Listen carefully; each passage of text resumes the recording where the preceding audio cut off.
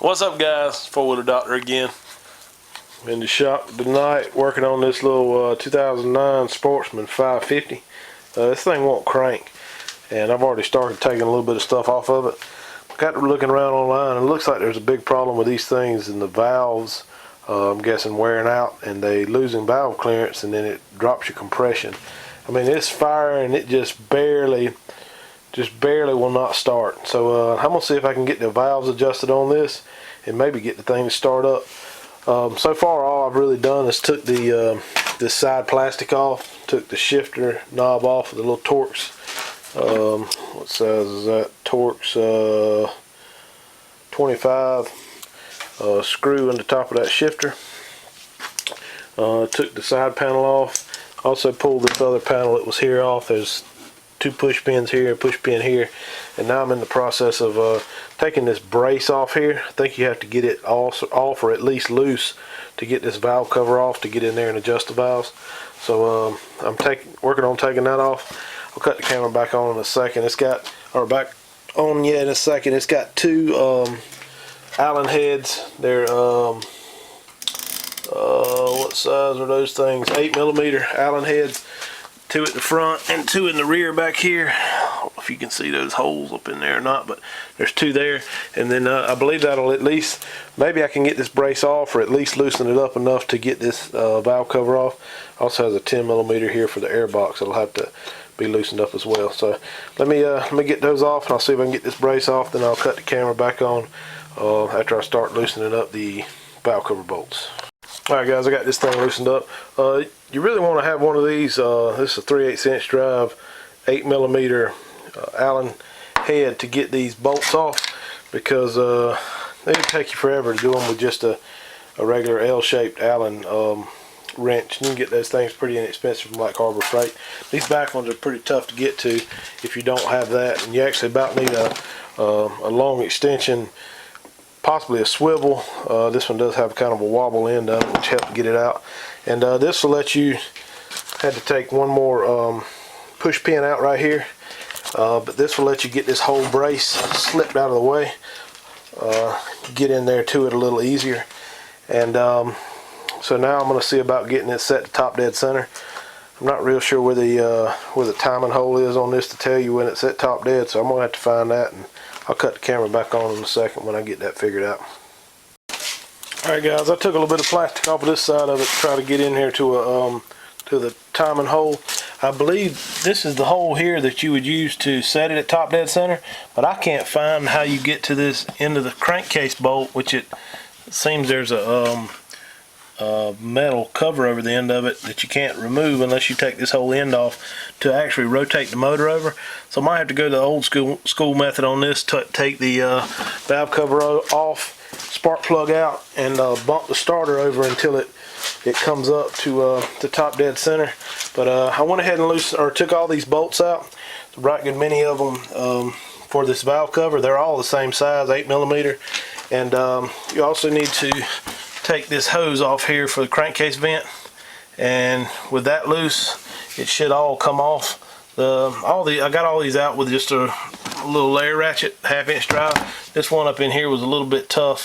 Just had to use a regular 1/2 inch ratchet with a little short extension, and push the coolant hose out of the way, but it'll come out of there too.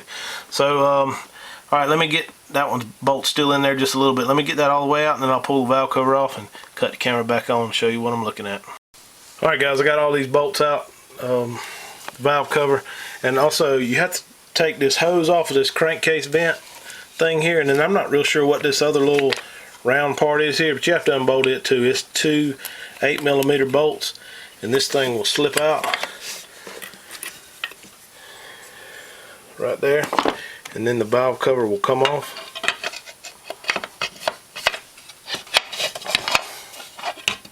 Just like that. Alright, that exposes your valves.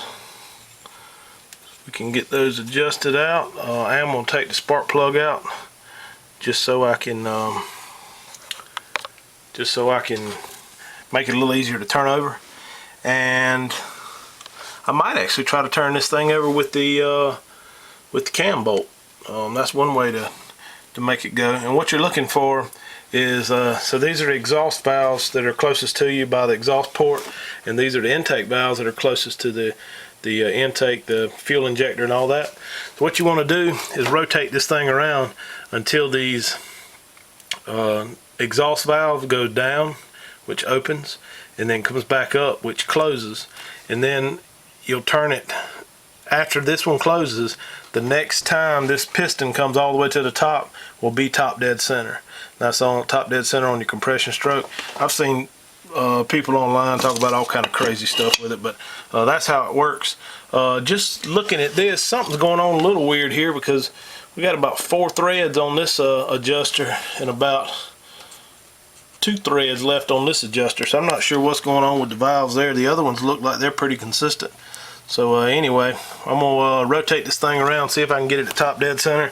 Take this spark plug out, and I'll just take some people use a screwdriver. I try to use something that's a little softer than that, like a wooden dowel, to stick down in there and tell what the piston's doing. And I'll probably do that and rotate this cam sprocket around, and then there's probably some timing marks on it. I'll see if I can find those too. But let me get it rotated around the top dead center, and I'll show you what it looks like. Alright guys, what I did, took a 14mm socket and put it on the on the cam bolt and rotated it around. This thing rotates, if you're looking at it, that will be clockwise, and you just turn it over. See the exhaust valves moving right there, and then the intake valves will be moving next. And so now it's coming up on the compression stroke, and what you can do is take a little metal dowel. Some people use a screwdriver, but try to use something that's not going to scratch the piston up, and rotate this thing around until you can feel it. It's pushing up on the dowel right now. No, you can't see that, but you're gonna have to take my word for it. So it doesn't feel like the dowel's moving any farther. Actually, that's moving the wrong way. Back it. You can back it up a little bit. You don't want to turn it over backwards. Okay, so going down right there. I think that's top dead center. And also, you can, another way to confirm this is to look here on your cam gear. There's a little tick mark right there, and one on the back side. The way those things normally do, they normally line up with this gap here, so that the 2 tick marks are, you know, across from one another there. And so that should be top dead center. Another way to check on these is you should have clearance up and down. It doesn't matter about side to side, but up and down, like on your valve. This one moves just a little bit, and actually the intakes don't feel like they're moving at all, and there's a good chance that's my problem, because the intake valves are not closing up, so it's not having compression. This thing would spit back through the air box when it did fire every once in a while, which kind of makes sense that the valves aren't closed.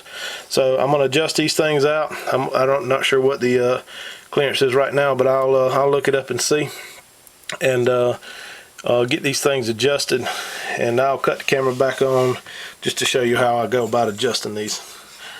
Alright guys, got it at top dead center. Now I'm going to adjust the valves. I looked it up, and it calls for 0.006 of an inch, which is 0.006 in inches, and that's 0.15 millimeters if you need the metric. What I do on these, you have a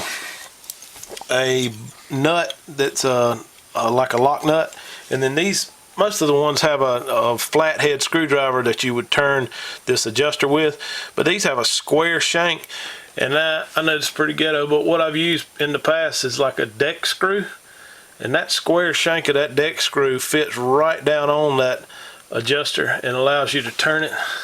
Turn the camera up a little bit. Allows you to turn it. I bent the screw just so I can turn it a little easier, but that works perfect. So I use those.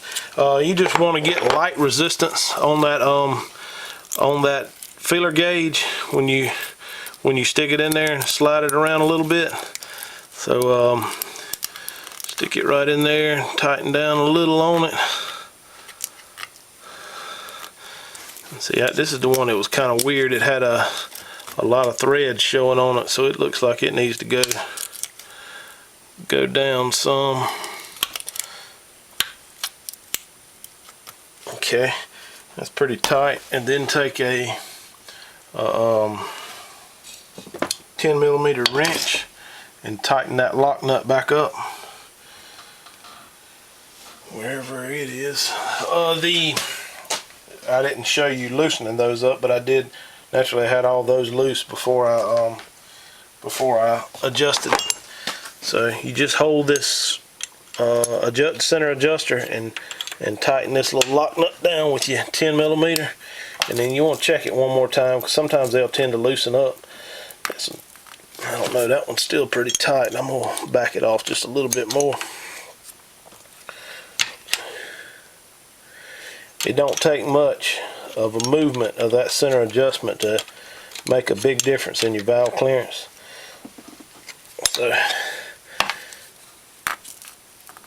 still a little tight.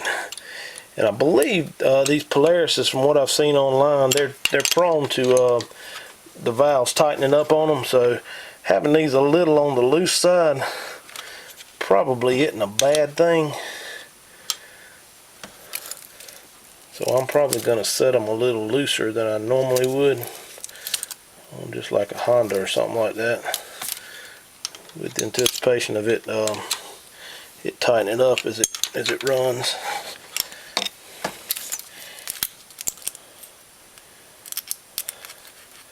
And see, that was a little bit too loose. So it just takes a little playing around with it. Loosen them up, tighten them up, and get it to where it feels like they're all about the same type of, or same amount of resistance. Still need a little more. So that's what you do. Just do that to all four of them. This here does call for the same valve clearance on all four valves, and so I'm gonna get these adjusted. Then might show a short video of putting it back together, which putting it back together should be pretty easy. All right, I'll cut the camera back on in a sec. All right, guys, now reverse. I got all these valves adjusted. This thing has a rubber O-ring on it. Doesn't have any RTV or anything like that. Normally you don't put any of that on a rubber O-ring. Just want to clean that up, make sure it's good and clean, doesn't have any dirt or anything, so it seals back up when you put it back on. This thing just slides back on there, just in the reverse of us taking it off, and just like that. And then next thing is to stick this piece here in there. It doesn't appear, it does. It's got an up arrow tick mark on it, so make sure that goes in there correctly. The two bolts that hold it in are actually shorter too. Make sure you don't get those mixed up. They don't have a little shank on them where it's not threaded. So got two bolts that go in there.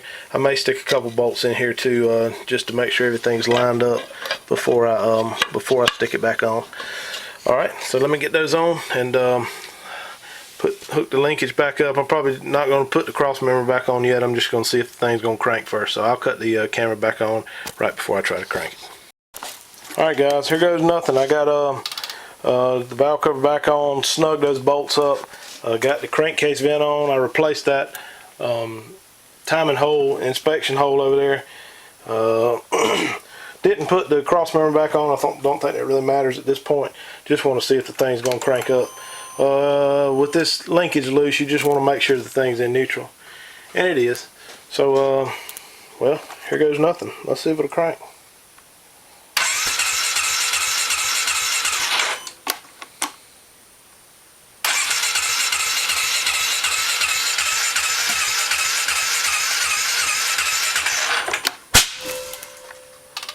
Backfired.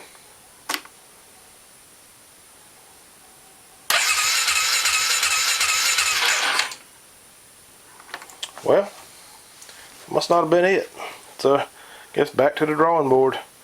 I'll may end up pulling the cylinder off this thing and see what it is. Or I might check the compression first to see what I get there. But well, that's at least how you adjust the valves. That didn't fix our problem here. I do see it fixes a lot of them on online. And this owner actually said he had taken it to a dealership one time and had the valves adjusted, and it got to where it wasn't running, and that fixed it. So. But anyway, didn't fix it in this case. I'm gonna check the compression, see what it's looking like. May have to do a top end on it.